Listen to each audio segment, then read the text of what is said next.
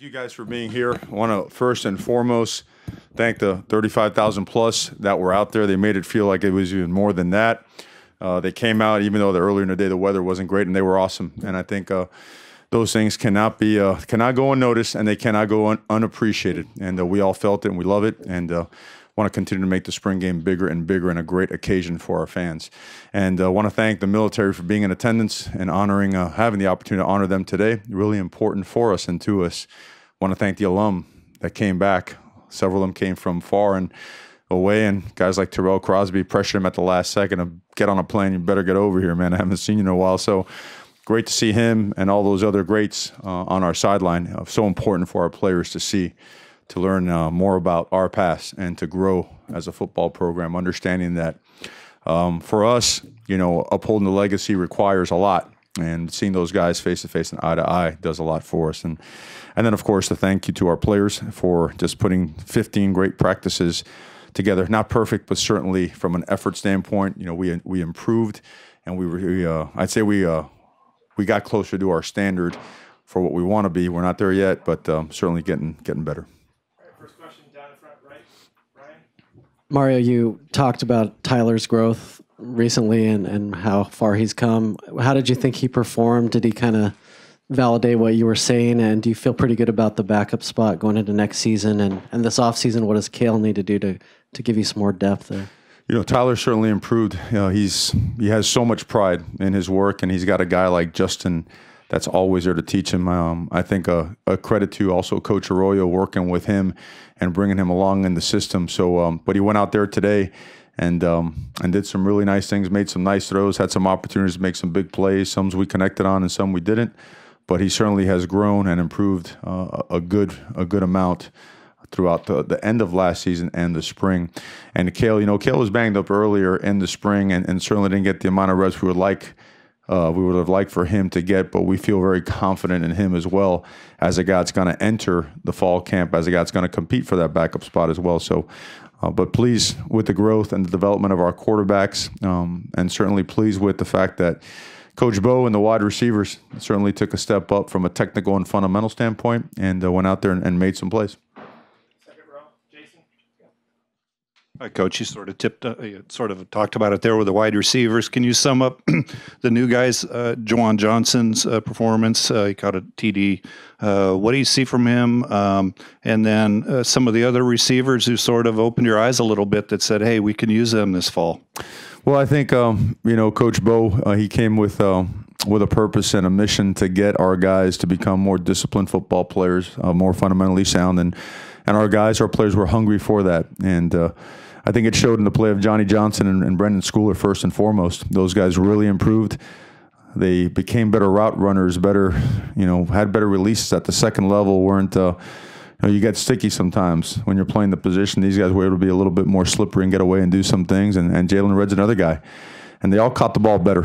Intensive work on them, just catching the football, putting it away, ball security. And then, of course, there's some young guys, some new guys that arrived. And right away, they've increased the amount of competition in that room between Micah Pittman and Josh Delgado. Can't say enough about what those guys have brought to the table. And, of course, Juwan with some big plays. Obviously, a really large guy.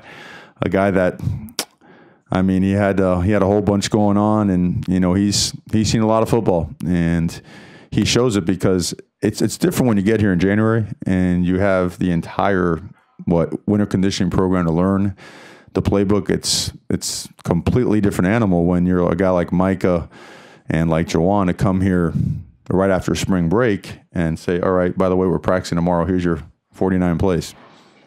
Credit to them for just always having a positive attitude, competing, and you saw. They're going to be impactful guys, and we expect them to be better. And we expect the two guys that are coming in the fall to help us increase the amount of competition, and we're going to keep looking for playmakers at that position. Mario, can you comment on the running game as a whole? Obviously, we're clearly managing the reps for both CJ and Travis, but for Cyrus in particular, and especially you credited him last week here. More opportunities to show he wasn't just a goal line guy, and certainly seemed to show that again today. He has shown it. He really has. And some of those things were blown dead because we're trying to go thud the second half, but the guy can flat out play football. He brings a lot to the table because he's tough. He's got great juice. He's accountable.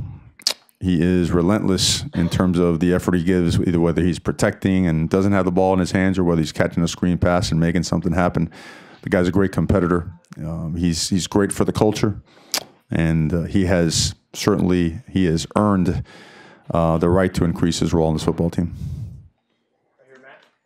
Go back to last spring where Tyler Shuck was. How far has he come along just as being a quarterback, and maybe has he stabilized what's behind Justin from there till now?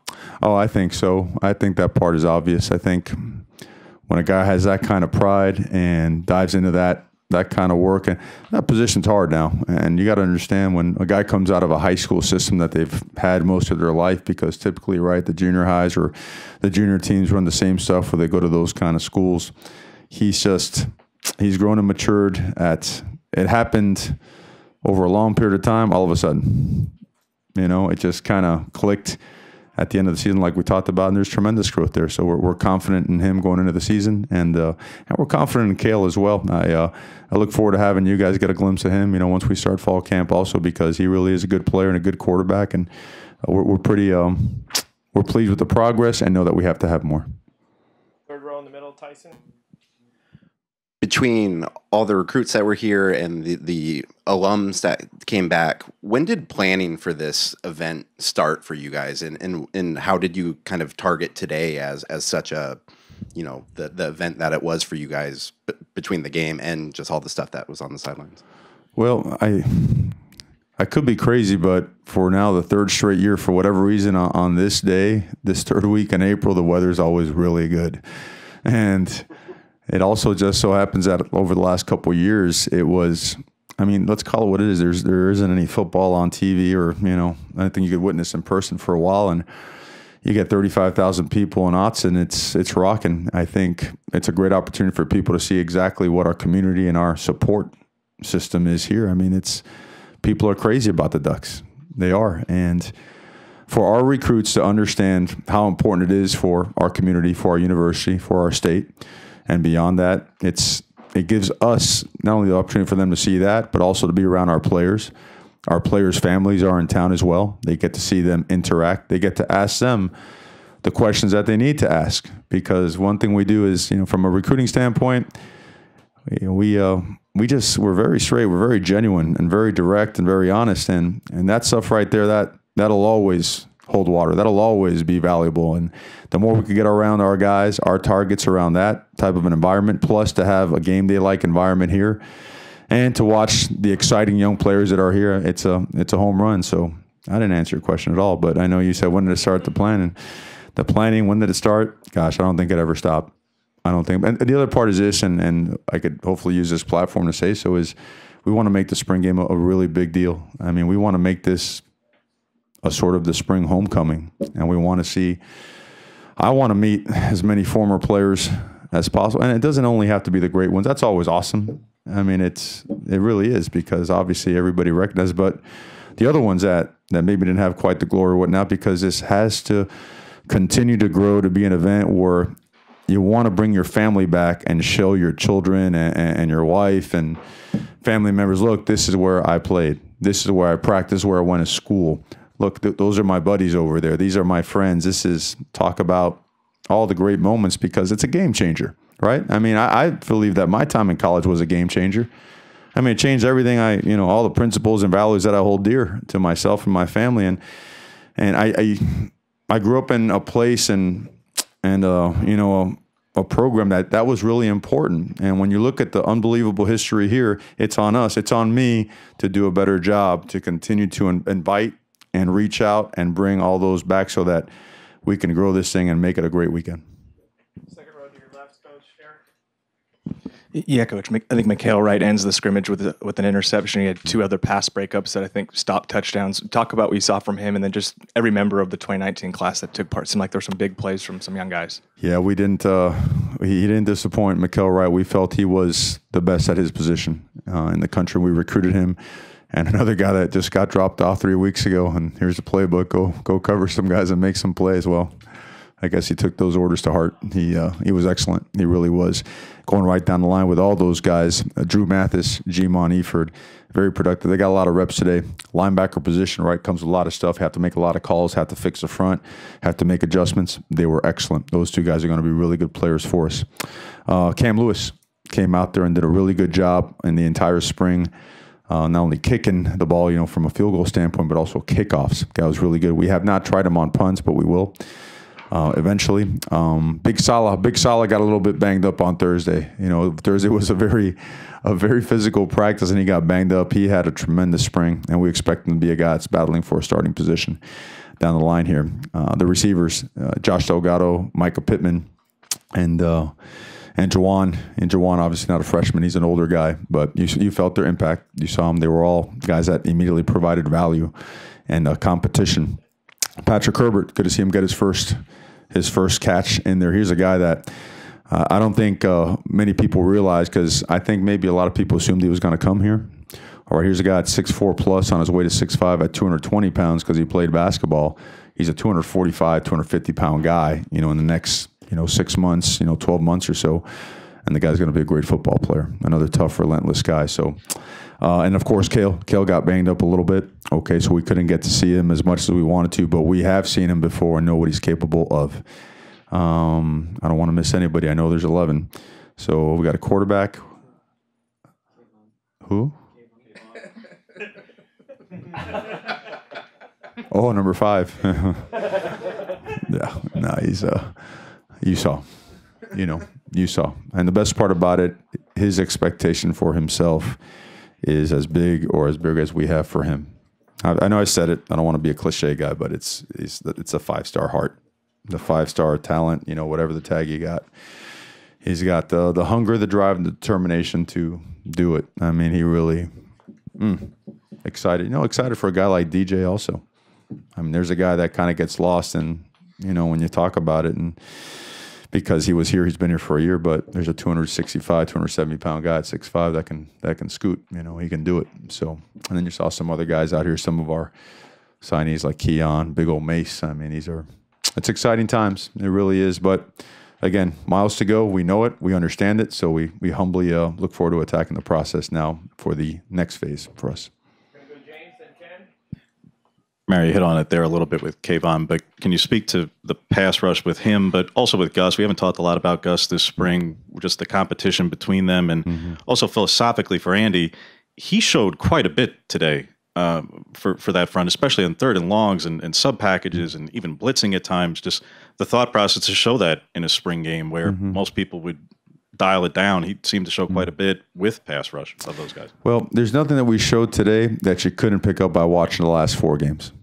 Okay, and I think that anytime you enter a spring game, you show what you have shown already because they're going to pick up on tape anyways, and you're not really uncovering or giving away anything that may affect you in a game. So, and at the same time, Andy got here, gosh, when was it, like a Monday before a Saturday practice? So, I mean, you want to talk about massive amounts of work to get this thing installed, then go on spring break. So everything you learned, you forgot, gone. And then to come back and then go another 3 weeks. We felt good about what we dialed up. We felt good about what we game planned and what we showed without compromising what we want to do come the season. Gus is awesome. Gus, we don't talk about enough. And, you often, everyone talks about, the fumble recovery in the Arizona State game. Gus is a very unique individual as an athlete and as a person. The guy's length and athleticism and explosiveness and power are very rare, okay? And this system really allows you to show his capabilities. And we all feel he's going to be a great player for us. We felt, I felt all along that he really could be, and he hasn't disappointed. He's been great. Another super high effort guy that, the guys respect and love, and that should have a great season for us. Okay. Is there anything that happened today or throughout practice that really took you by surprise and said, geez, I didn't know this guy could do that, or just what's in practice in general? Practice or today, either one. Oh man, it's a pretty long list. I mean, we're such a noted up, detailed operation. I mean, the meticulous note taking that goes on, a film breakdown. We grade every practice as if it's a game, note it up, put it in the computer, and then reformat it so we watch it again so we could find all the common threads as it relates to mistakes, fundamental or technical issues, schematic deals that are a win or a not win play, which you want to fix right, creating leverage in both the passing game and the run game. So there's a lot. The laundry list is long. In terms of players and improvement, I didn't see a guy regress this spring, which I guess is probably the best way to address it, because if not, we would be here for a long time going through it. But I didn't see a guy regress, and we put a lot of pressure on these guys in the spring because, again, I want to say it again, spring's important here. Spring is a phase. Spring is about improvement, betterment, physicality, fundamentals, being technical.